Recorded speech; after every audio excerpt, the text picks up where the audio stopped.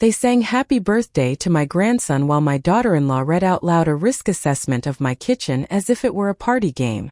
Loose rugs, potential trip hazard. Pill bottles not clearly labeled. Oven knobs at risk of accidental activation. She had printed it in color, put it on the fridge with a magnet shaped like a cow, and turned to the other parents from the playgroup with a smile that felt like a smirk. People laughed, not loudly, but in that polite way that says, "We're relieved it's not about us." I smiled too and picked a crumb of sponge cake from the table, though my palms were damp and I could feel the heat rising into my ears. It wasn't the list that stung. It was my son, Daniel, standing behind her, nodding as if he had studied my clumsiness like an engineer studies a faulty bridge. I am 68, widowed, and until that afternoon, stubbornly proud of running my life with the quiet rhythms I learned as a school librarian. I know how to track due dates without being told, how to keep keys in the dish by the door, how to cut a cake so no child feels shortchanged. I also know my value in that family when nobody is looking, the one who shows up, who keeps the spare nappies, who knows how to warm a bottle without boiling it. It is invisible work, like shelving books after closing time. That's the work that keeps a place alive and is noticed only when it's undone. While Lucy held court by the fridge, I poured tea and ignored the tremor in my hand. My mother fell into a fog at the end, you see, and there is a part of me that will always fear it is lurking behind the next door. I have days when words stick, days when the kettle whistles longer than it should. It's not dementia. The doctor said it's grief in a wool coat, heavy but not permanent. But fear is a persuasive liar, and Lucy has always spoken in the crisp sentences of authority. "We just want to make sure you're safe, Elena." She uses my first name like an HR manager. The last guests were putting on their coats when Lucy handed me a bright folder labeled, "Next Steps."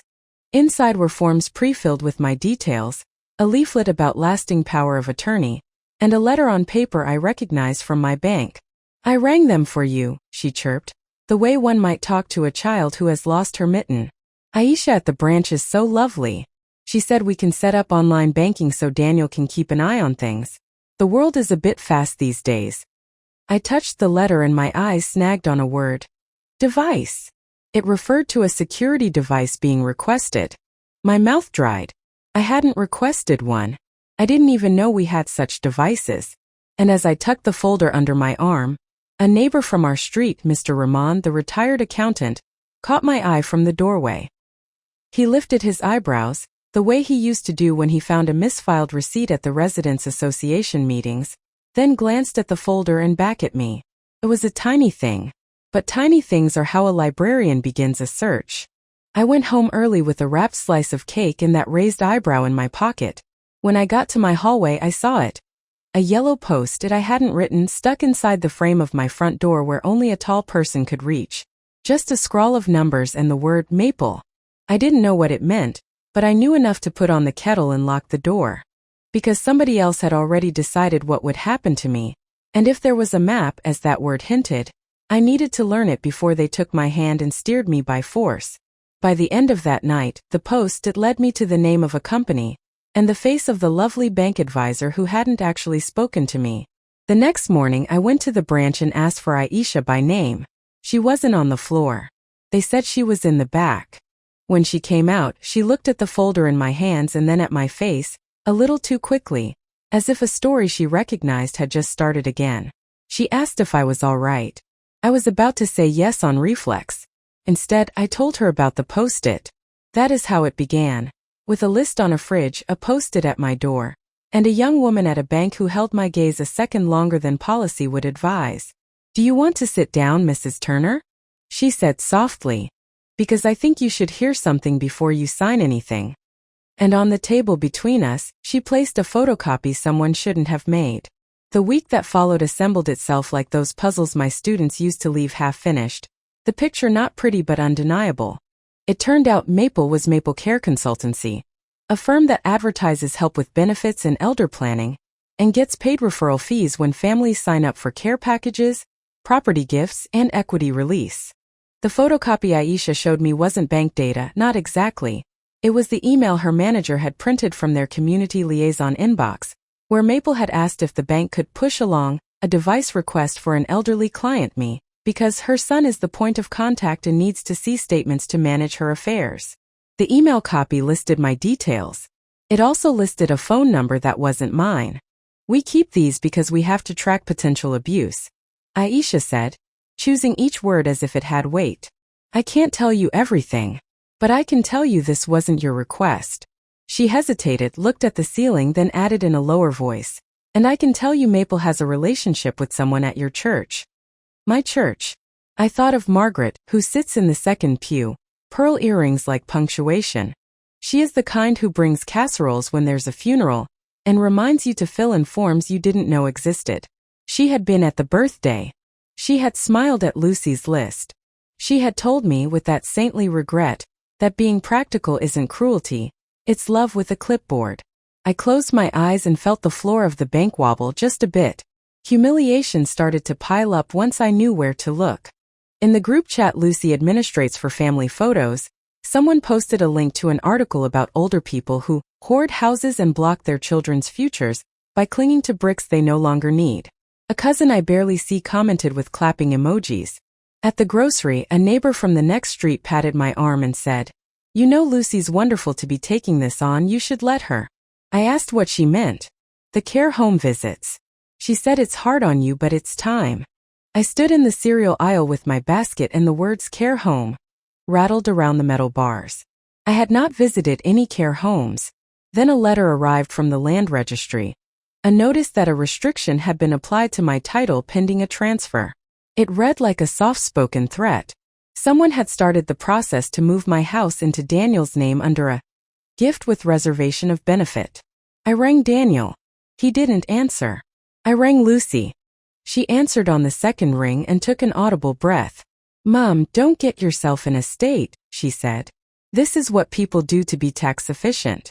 You'll still live there. But if it's in Daniel's name, we can save inheritance tax and get you proper adaptations covered. You want a safe bathroom, don't you?" I thought of my husband who built shelves in that bathroom at midnight when our son was small. I said I would not sign until I had independent advice. That offended her. Independent from what? She asked, as if I'd used a word from a foreign language. From you, I wanted to say. From your plans written on our family like a flowchart. Instead, I told her I'd booked a meeting with a solicitor. There was silence at the other end. Then the smile returned to her voice. "Of course, Elena. I'll come with you so you don't get confused." That was when the shame of dependence touched my throat like cold water. Confusion is what keeps me awake at 3 a.m. The fear of it has made me nod along to things I shouldn't have. The fear of it had me explaining my own shopping list to a cashier. But the rule of the world, this world I had better learn quickly, was that any lasting power of attorney signed while you lack capacity can be challenged, any gift made under pressure can be set aside, and councils take a dim view of families who shuffle assets to qualify for care sweeteners. I read those sentences 3 times each until they were the labels on my jars. At the Residents Association meeting, I asked Mr. Rahman if he knew about Maple. He rubbed his chin and said, "They sponsored the church garden fete. Odd outfit, no accounts filed yet, and they paid in cash." He shrugged and said he might have kept a receipt. Not that it's any of my business. His eyes said something else. It is my business if they touch you. The cliffhanger came as an envelope with my bank's crest, delivered on a Friday afternoon when offices close early and phones go unanswered. A security device had been dispatched. Inside the letter, a line in neat print. "Your registered address has been updated. Not to my house. To Daniel's." If that device arrived there, my account would be one button press away from someone who believed love looked like a ledger with me at the bottom. I dialed and dialed. I left no message. I sat on the stair and my cat pressed against my leg, and the weekend stretched before me like a hallway with too many doors. On Saturday night I made tea and a decision. "This won't go on any longer," I said out loud, and the cat flicked his tail like a metronome. My plan, if you can call a series of stubborn acts a plan, had 2 parts. First, I would gather proof without flailing. Second, I would give them exactly what they wanted, but in a way that meant if they tried to cash it in, the machine would jam. I started with my house. On Monday morning, I took the bus to a solicitor named Meera Patel in a small office above a travel agent. Her reception smelled faintly of printer ink and violets. I told her everything, even the parts that made me small. She did not rush me. When I finished, she tapped her pen and said, You are not helpless, Mrs. Turner. There are 3 things we can do right now. We can register a restriction on your title that nothing moves without a statement from an independent solicitor that you understand. We can draft a deed granting you a life interest, your right to live there until your death, filed immediately. And we can prepare your own lasting power of attorney naming someone you choose, with explicit instructions and checks. Not your son if you don't wish. A professional if needed. My ears rang with the boldness of that 3rd thing. A professional? She nodded. A panel deputy if it comes to that. I prefer to keep families in families, but we plan for the worst while hoping for the decent. She used the word decent the way my husband did. We prepared documents. I signed with the determined care of a woman copying recipes into a book for a granddaughter who cannot yet read. We also filed a subject access request with my bank for recordings of any calls authorizing changes to my accounts. You won't get them immediately, Mira warned, but ask for an urgent review due to suspected financial abuse. Some banks have a fast channel. I handed her the post-it with maple and the numbers. She nodded like a chess player seeing the line. I hoped she did. Then came the second part. I called Lucy. I told her I was tired and perhaps she was right that living alone was too much. I said I would move into their spare room for a time, allow them to help arrange care assessments, even let Daniel help with bills. You could hear the relief pour through the phone like a warm bath. We'll take care of everything, she said. I'll have my friend Margaret help. She knows the forms. Yes, Margaret.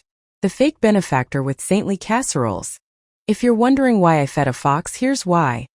There is a rule in our council that when a relative moves in as your carer to claim certain grants and allowances, there must be a proper carer's assessment, and any claim is audited if there is a property transaction within 6 months. If Lucy wanted both, we know she did, that audit would be a tripwire. To make sure the wire lay where it needed to, I phoned adult social care myself, explained my situation, and explicitly requested a carer's assessment naming Daniel as the person providing day-to-day care. I also set up a camera in my own kitchen, not to spy but to document any accidents that might later appear in paperwork. Small victories alternated with blows. A victory. The bank froze the security device request and scheduled a meeting, this time with the manager in the room. A blow. Someone entered my house when I was out and tidied, removing the folder with my old deeds from the hall cupboard. The camera caught only a shadow and the sound of the back door. My stomach fizzed with panic until Mira soothed me. Your deeds are digitalized. Losing the paper won't help them. The restriction stands. Another blow. Lucy noticed my change in posture and narrowed her eyes.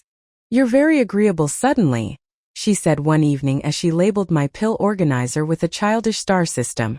I suppose you know we're doing what's best finally. I shrugged and made her a cup of tea, my hands absolutely steady. I was not being agreeable, I was laying a fuse. If she bullied me while I lived in her house, the carer's assessment would record it. If she behaved, the audit would still connect her claims to any property transfer. Either way, the council would be inside the tent when the rain came. The cliffhanger came when a text blinked on my phone at 9:10 on Thursday. From an unknown number. Don't sign anything at church. Ask who got paid. No name. No emoji. Just that.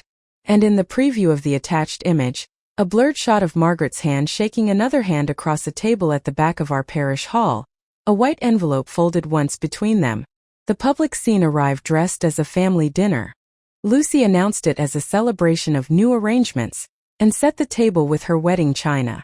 She invited my sister, who disapproves of everything, 2 neighbors who think Lucy is magnanimous, and to my astonishment, our vicar. It's good to have the blessing of the community, she said, smoothing her hair with one palm as if blessing were a hairstyle. Daniel, sweating lightly, carried a roasted chicken to the table like a peace offering. Before the plates were served, she stood with that folder she loves. Everyone, I want to thank you for supporting Elena.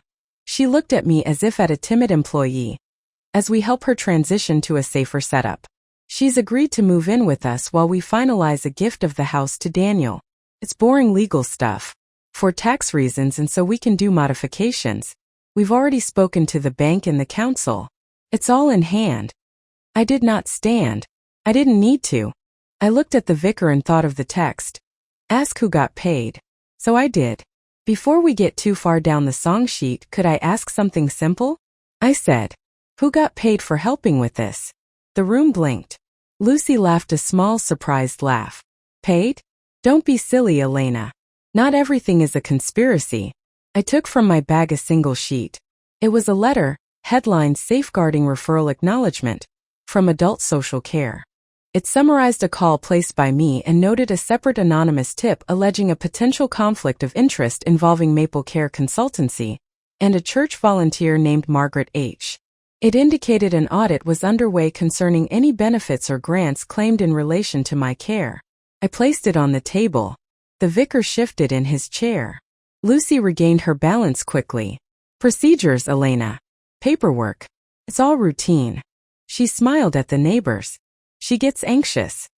Then let's make it less anxious, I said and turned to the doorway. Aisha? The young woman stepped in, cheeks pink with the impropriety of it, holding a sealed envelope and a small recorder. I can't share client information without proper channels, she began, eyes flicking to the vicar as if he were a judge. But I can deliver this personally to you, Mrs. Turner, as per your subject access request, which our fraud team expedited due to the nature of the concern. She placed the envelope beside my plate. Lucy's smile cracked. What is this theater? She said, too fast to sound calm. I opened the envelope. Inside were printed logs. Dates, times, calls. One stood out. A recording from the day the bank's device had been requested. I pressed play. Lucy's voice filled the room, sweetly impatient. Yes, I'm calling on behalf of my mother-in-law, Elena Turner. She gets very confused with these things. I'm her point of contact. We've just moved her in with us, and she needs someone sensible to handle online banking. The bank agent asked security questions. Lucy answered correctly, using details not public, things you learn from rifling drawers. Then came the misstep. Will the device come to our address? She asked. She keeps losing letters. Better to send it here. The agent asked to speak to the account holder. There was a rustle. Another woman's voice came on, thin and wavering, but not mine. Yes, it's me, Elena, it said. Please send it to my sons. The agent apologized. The voice said, That's fine, dear. I watched Daniel's face as it dawned that his wife had not just pushed but impersonated. He looked at me, and then at the recorder, and then at the baby monitor on the counter as if something in his life had finally started broadcasting the right channel. Lucy, he said softly. I wasn't finished. There's one more person who wanted to be here, I said. The parish treasurer, Mrs. Baines, white cardigan, hands that trembled just at the edges, stepped forward from the hall, where she had been waiting with Aisha. She held a receipt book. She caught the vicar's eye and winced like someone confessing to having mislabeled jam. I tried to tell you last week, she whispered to him, but you were with the choir. Then louder. A firm called Maple Care gave our Friends of the Garden Fund a donation that was irregular. It came with a note instructing us to send a thank you for referral to Margaret's personal account. I questioned it. She said it was standard. I kept a copy. She held up a photocopy precious as a relic. Maple Care paying the church fund £500, and the church making a £300 gift to Margaret with the memo introductions. Silence bent the room. The neighbors' eyes ping-ponged between Lucy and the paper, the vicar and me. Mr. Ramon, the accountant who had been invited as family friend, at last spoke from the corner in his dry way. That, my dears, is a kickback. Even if it isn't illegal, it stinks like yesterday's fish. Lucy pushed her chair back so hard one leg scraped. You think you're clever, she spat, her gloss cracking into a snarl. She would have walked into traffic if we didn't take charge. She leaves the oven on. She confuses names. She needs us. She jabbed a finger toward me, now simply angry. Say it. Say you need us. I took a breath. There it was, the play. Make me declare myself a burden to justify their control. I lifted the final page from my bag. The deed Mira had filed and stamped 3 days earlier. I do need people, I said. And I asked the council to come into this with me. I asked a solicitor to file a restriction so nothing can be transferred without a certificate of my understanding. I granted myself a life interest that cannot be bought out, so you cannot sell the house from under me. And I named a professional in my power of attorney, not family for financial matters, with instructions to consult Daniel about care decisions. That was filed this morning. I looked at my son, not his wife. And if anyone claims carers' allowances or grants for my care while attempting to transfer my property, the audit will flag it. Which means, Lucy, that if you want to be my carer, you will have to actually care. It wasn't a shout. It was a floor being laid under my feet while everyone watched. Lucy realized it first. She went quiet as if somebody had unplugged her, then shot a look at Margaret, who had just stepped through the kitchen door carrying a pie, froze at the sight of Mrs. Baines, and began to retreat. Daniel put the pie down on the sideboard, gently as if it were explosive. The cliffhanger was the look Daniel gave his wife, an expression I'd never seen, followed by the vicar's hand going to his mouth as his eyes filled. He stood, scraped his chair back, and in a voice that trembled said, "We will discuss the ethical breach with Margaret separately. But right now, I think we must ask Lucy, did you impersonate your mother-in-law on a recorded line? Because if you did, we are not in church anymore. We're in court." The consequences did not explode. They settled. The bank filed a formal report and froze any device issuance without my physical presence. The council's audit proceeded, which meant Lucy's application for a carer's grant stalled and her plans to sign me into anything quietly dried up. Mira wrote 2 letters in the precise language of solicitors that can peel varnish. One went to Maple Care, one to Margaret. Both asked pointed questions to which the answers would look ugly on paper. The vicar, after a closed meeting, asked Margaret to step back from all volunteer duties pending an investigation. Weeks later, she resigned with a note about stress. Mrs. Baines, brave despite her tremor, took the receipt copy to the diocesan safeguarding officer and, for the first time in years, slept through the night. Daniel slept in the spare room for a week. He came to see me on a Sunday afternoon with a bag of apples and a face that belonged to the boy, who once got caught sneaking biscuits and cried because not being trusted hurt more than punishment. He said he was ashamed. He said he should have noticed the scene he was enabling by not having a scene. "Mum, I thought I was protecting you by letting her handle things I don't understand," he said. I was lazy and relieved. That's not protection. He asked whether I would ever trust him with any power. I told him he had it now, the power to show up without being asked. He took my recycling to the bins and fixed the bathroom shelf his father built. Lucy didn't apologize. She didn't have the vocabulary. She tried a different language, practicality. She sent me a message that said, "No hard feelings. We were trying to help." I didn't reply. The council's audit will likely cost her more than she admits. Not just money but face. She deleted me from the family chat, and then re-added me 2 weeks later with a brittle message about transparency. She is not a villain. She is a person who believes control is proof of love and money is the scoreboard. Her blind spot is that people notice the scorekeeper too. I moved back into my house and kept the life interest printed on heavy paper. A quiet declaration hung behind the cupboard door like a private flag. I meet Aisha for coffee now and then, careful to keep our talk on the right side of her rules. She tells me she likes that I bring biscuits that are not from a packet. I like that she wears trainers with her bank suit, a secret softness. Mira visits once a month to run through my file, and makes me feel like my life is a project rather than a problem. Mr. Rahman convinced me to join the Residents Association committee again. "We need your librarian spine to keep our minutes honest," he said, and that made me laugh. On Tuesdays, I run a homework club at the church hall for secondary school kids who move through their days like startled birds. Sometimes the vicar stops by with crisps. Sometimes Mrs. Baines brings lemon drizzle. We have put a simple notice on the parish board. If someone offers to do your paperwork for free, ask who pays them. People read it, smile, and then read it again. The taste of revenge, if that's what we are calling it, is not sweet. It's clean.